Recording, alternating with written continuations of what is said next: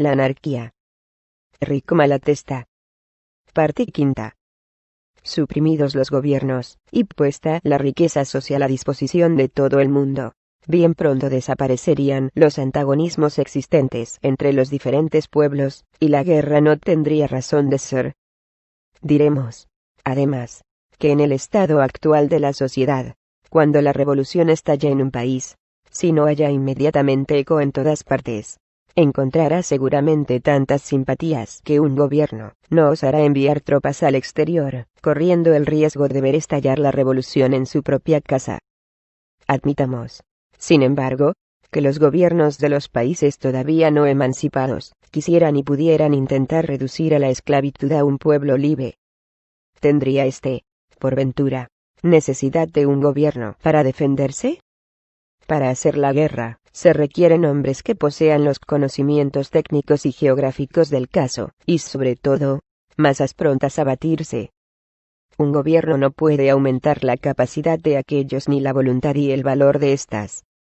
La experiencia histórica nos enseña cómo un pueblo que desea vivamente defender su propio país es invencible. En Italia, todo el mundo sabe cómo, ante los cuerpos de voluntarios formación anárquica, se bambolean los tronos, y se desvanecen los ejércitos regulares, compuestos de hombres forzados o asalariados. La policía.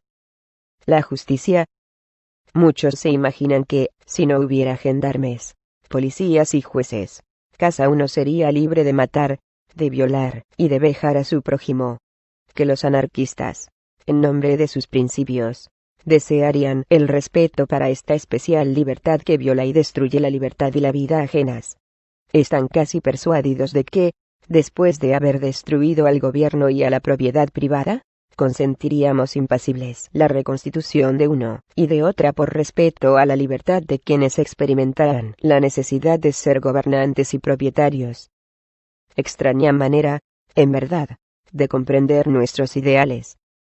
¿Es cierto que discurriendo de este modo, se llega más fácilmente a desentenderse, merced a un encogimiento de hombros, del trabajo de refutarlo seriamente? La libertad que los anarquistas queremos para nosotros mismos, y para los demás, no es libertad absoluta, abstracta, metafísica, que se traduce fatalmente en la práctica, en la opresión de los débiles, sino la libertad real, la libertad posible que es la comunidad consciente de los intereses, la solidaridad voluntaria. Proclamamos la máxima: haz lo que quieras, y resumimos, por así decirlo, en ella nuestro programa, porque fáciles de comprender estamos persuadidos de que en una sociedad, sin gobierno y sin propiedad, cada uno querrá aquello que deba querer. Mas si, por consecuencia de la educación heredada de la sociedad actual, de malestar físico, o de cualquiera otra causa, alguien quisiera algo perjudicial a nosotros, o a cualquiera, emplearíamos sé cierto de ello todos los medios disponibles para impedirlo. En efecto, desde el instante en que sabemos que el hombre es la consecuencia de su propio organismo, y del ambiente cósmico y social en que vive, desde que distinguimos perfectamente el derecho inviolable de la defensa del pretendido y absurdo derecho de castigar, desde que en el delincuente, es decir, en el que comete actos antisociales, no vemos al esclavo rebelde, como ven los jueces de nuestros días, sino a un hermano, enfermo necesitado de cuidados. No hemos de ensañarnos en la represión, sino que habremos de esforzarnos en no extremar la necesidad de la defensa, dejando de pensar en vengarnos, para ocuparnos en cuidar, atender y regenerar al desgraciado con todos los recursos que la ciencia ponga a nuestra disposición. En todo caso, y cualquiera que sea el modo que de entenderlo tenga los anarquistas, quienes, como todos los teorizantes, pueden perder de vista la realidad para correr tras sus fantasmas de lógica, es lo cierto que el pueblo no consentirá jamás que se atente impunemente a su libertad ni a su bienestar, y si la necesidad surgiese sabría atender a su propia defensa contra las tendencias antisociales de algunos extraviados. Mas para esto, es indispensable la existencia de esas gentes que tienen por oficio la fabricación de leyes, ni la de esas otras que solo se ocupan en descubrir o en inventar contraventores a ellas. Cuando el pueblo repruebe verdadera y seriamente una cosa y la encuentre perjudicial, sabrá lograr impedirlas mejor que todos los legisladores, todos los gendarmes y todos los jueces de profesión. Cuando en las rebeliones el pueblo ha querido hacer respetar la propiedad privada, lo ha conseguido mejor que pudiera haberlo hecho un ejército de gendarmes. Las costumbres se acomodan siempre a las necesidades y a los sentimientos de la generalidad, y son tanto más respetadas cuanto menos sujetas hayan a la sanción de la ley, porque todos ven en ellas y comprenden su utilidad, y los interesados, que no se hacen ilusiones acerca de la protección del gobierno, se proponen hacerlas respetar por sí mismos. Para una caravana que viaja por los desiertos africanos, la bien entendida economía del agua es una cuestión de vida o muerte para todos, y el agua, en tal circunstancia, conviértase en cosa de gran valor. Nadie se permite abusar de ella. Los conspiradores tienen necesidad de rodearse del secreto. El secreto es guardado, o la nota de infamia cae sobre quien lo viola. Las casas de juego no están garantizadas por la ley, y, entre jugadores, quien no paga es desconsiderado por todos, y él mismo se considera deshonrando. El que no se cometa mayor número de homicidios, puede ser debido a la existencia de los gendarmes. La mayor parte de los pueblos de Italia no ven a estos agentes, sino muy de tarde en tarde. Millones de hombres van por montes y por valles, lejos de los ojos tutelares de la autoridad, de suerte que se les podría atacar sin el menor riesgo de castigo, y, sin embargo, caminan con la seguridad que podrían disfrutar en los centros de mayor población. La estadística demuestra que el número de criminales es afectado muy poco por efecto de medidas represivas, y, en cambio, varía sensiblemente, y a compás de las variaciones que experimentan las condiciones económicas y el estado de la opinión pública. Las leyes represivas, por los demás, solo hacen relación a los hechos extraordinarios, excepcionales. La vida cotidiana se desliza fuera del alcance del código, y está regulada, casi inconscientemente, por el asentimiento tácito voluntario de todos, por una suma de usos y costumbres, bastante más importantes para la vida social que los artículos del Código Penal y bastante más y mejor respetados, aunque se hayan desprovistos de toda sanción que no sea la natural del desprecio en que incurren los infractores, y la del mal resultante de tal desprecio. Cuando surgen diferencias entre los hombres, ¿ocurre acaso que el árbitro voluntariamente aceptado, o la presión de la opinión pública, no serían más a propósito para dar la razón a quien la tenga que una magistratura irresponsable, facultada para juzgar sobre todo, y sobre todos, que necesariamente tiene que ser incompetente, y por ende injusta? De igual modo que el gobierno nos sirve, en general, sino para la protección de las clases privilegiadas, la policía y la magistratura no sirven, sino para la represión de estos delitos, que no son considerados tales por el pueblo, y que ofenden tan solo los privilegios de los gobernantes y de los propietarios. Para la verdadera defensa social, para la defensa del bienestar y de la libertad de todos, no hay nada tan perjudicial como la formación de estas clases, que viven con el pretexto de defendemos a todos, y se habitúan a considerar a todo hombre como un jabalí bueno, para recluirlo en una jaula, y le maltratan, sin saber por qué, por orden de un jefe, como asesinos inconscientes y mercenarios.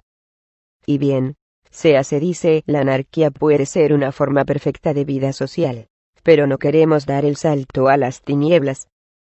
Explíquesenos, pues, en detalle, cómo habrá de organizarse la sociedad futura. Sigue después una serie de preguntas por demás interesantes. Si se trata de estudiar los problemas que han de imponerse a la sociedad emancipada, pero que son inútiles, absurdas o ridículas, si se pretende obtener de nosotros una solución definitiva. ¿Por qué métodos se llevará a cabo la educación de los niños? ¿Cómo se organizarán la producción y la distribución? ¿Existirán, entonces, grandes ciudades, o bien la población se distribuirá de una manera igual sobre la redondez de la Tierra? ¿Y si todos los habitantes de Siberia quisieran pasar el invierno en Nisa? ¿Y si todos quisieran comer perdices, o beber vinos de primera calidad? ¿Qué harán los mineros y los marinos? ¿Quién limpiará las letrinas y las alcantarillas? Los enfermos serán asistidos a domicilio, o en el hospital. ¿Quién establecerá el horario de ferrocarriles? ¿Qué se hará si el mecánico o maquinista le da un cólico estando el tren en marcha? Y así, por el estilo, hasta llegar a pretender que poseamos toda la ciencia y la experiencia del porvenir, y que en nombre de la anarquía hayamos de prescribir a los hombres futuros la hora a que deban acostarse, y los días en que deban cortarse las uñas de los pies. En verdad que si nuestros lectores esperan ver a continuación una respuesta a tales preguntas, o a lo menos a aquellas más serias o más importantes distinta de nuestra opinión personal del momento, tal cosa significaría que no hemos logrado explicar en las anteriores páginas lo que por anarquía debe entenderse. Nosotros no somos más profetas que el resto de la humanidad. Si nosotros pretendiéramos dar solución definitiva a todos los problemas que se presentarán seguramente en la sociedad futura, entenderíamos la abolición del gobierno de una manera bien extrema, como que nos constituiríamos sin querer en gobernantes y prescribiríamos, a manera de los legisladores religiosos, un código universal para el presente y para el porvenir. Gracias a que, careciendo de hogueras y de prisiones para imponer nuestra Biblia, la humanidad podría reírse impunemente de nuestras pretensiones. Nosotros nos preocupamos mucho de todos los problemas de la vida social, sea en interés de la ciencia, sea que contemos con ver realizarse la anarquía y concurrir en la medida de nuestras fuerzas a la organización de la nueva sociedad. Tenemos, pues, soluciones propias y originales, que, según los casos, aplicaríamos de modo definitivo, o de modo transitorio, y expondríamos aquí algo acerca de ellas, si la carencia de espacio no nos lo impidiera. Mas el hecho de que hoy día, con los antecedentes que poseemos, pensamos de tal o cual modo acerca de determinada cuestión, no significa que así haya de suceder en el día de mañana. ¿Quién puede prever las actividades que se desarrollarán en la humanidad cuando ésta haya logrado emanciparse de la miseria y de la opresión? Cuando no haya ni esclavos ni amos, y la lucha contra los demás hombres, y el odio y los rencores de ella derivados, no constituyan una necesidad de la existencia. ¿Quién puede prever los progresos de la ciencia, los nuevos medios de producción, de comunicación, etc.? Lo esencial es esto: que se constituya una sociedad donde la explotación y la dominación del hombre por el hombre resulten imposibles, donde todos tengan la libre disposición de los medios de existencia, de desarrollo y de trabajo, donde todos puedan concurrir como deseen y como sepan a la organización de la vida social. En una sociedad semejante todo se hará necesariamente de manera que satisfaga del mejor modo las necesidades de todos, dados los conocimientos y las posibilidades del momento. Todo se transformará en dirección a lo bueno, lo mejor, a medida que aumenten y se ensanchen los conocimientos y los medios. En el fondo, un programa relacionado con las bases de la Constitución social no puede hacer otra cosa que indicar un método. Y el método es, principalmente, lo que diferencia y separa a los movimientos, determinando, además, su importancia en la historia.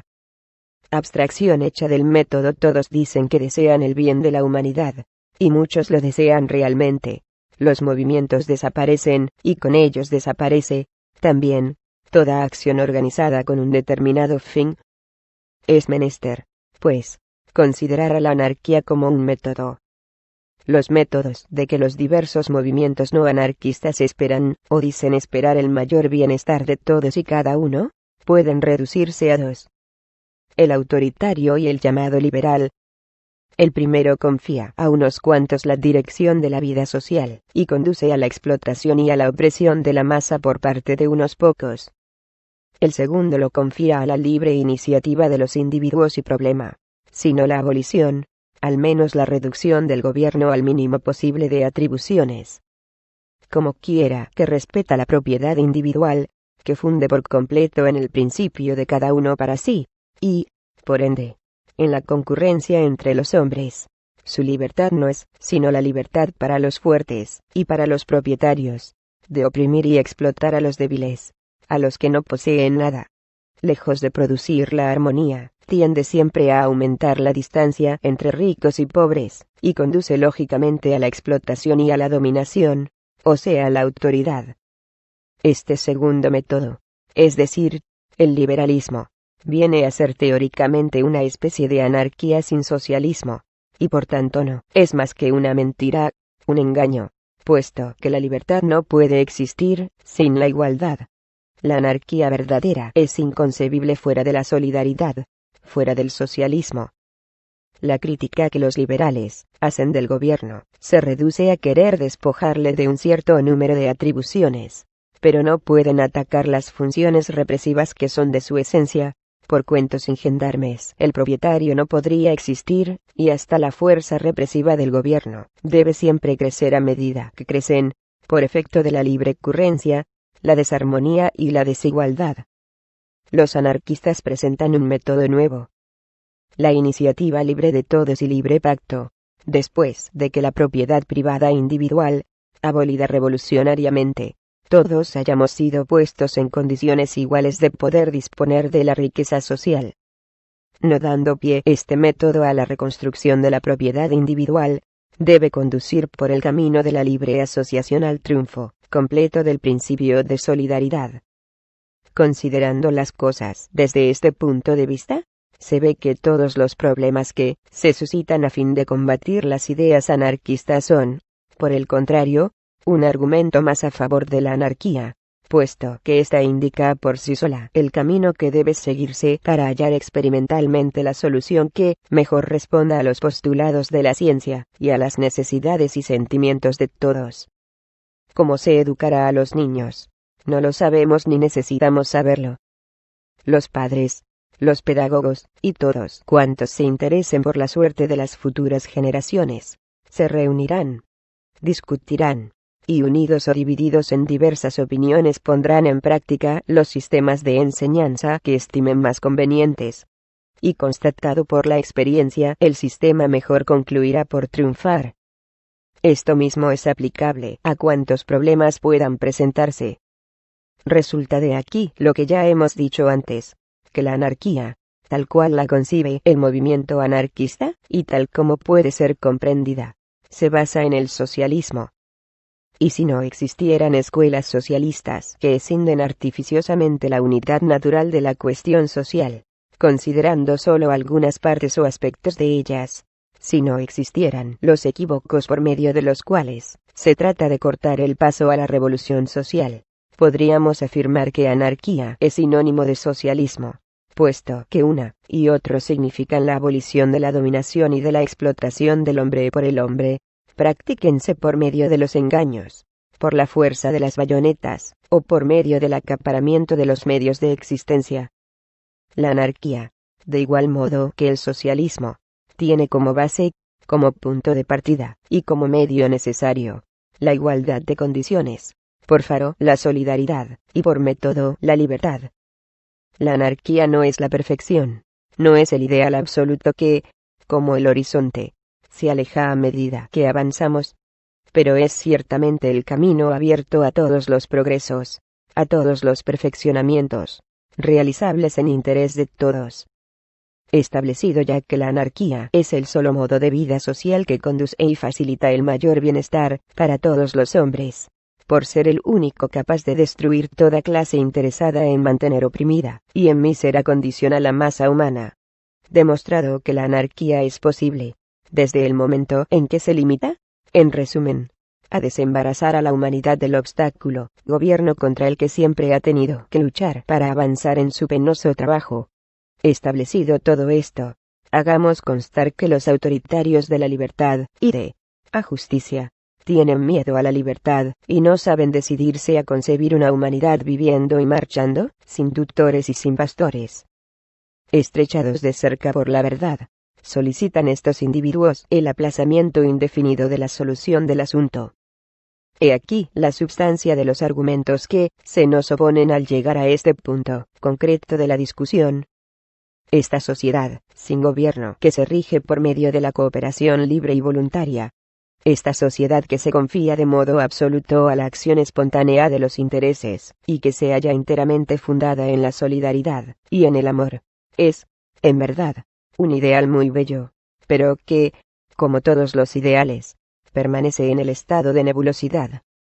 Nos hallamos en el seno de una humanidad siempre dividida en oprimidos y opresores. Estos imbuidos del espíritu de dominación, y manchados con todos los vicios de los tiranos. Aquellos habituados al servilismo y encenagados en los todavía más vergonzosos vicios que la esclavitud engendra. El sentimiento de la solidaridad dista mucho de ser el que impera entre los hombres del día, y si es cierto que los destinos de los hombres son, y se hacen cada día más solidarios entre sí, no es menos cierto que lo que mejor se percibe, y mejor caracteriza la naturaleza humana, es la lucha por la existencia que, diariamente sostiene cada uno contra todos. Es la concurrencia que acorrala de cerca a obreros y a patronos, y que hace que cada hombre sea el lobo de otro hombre. Fin de la parte quinta. La anarquía.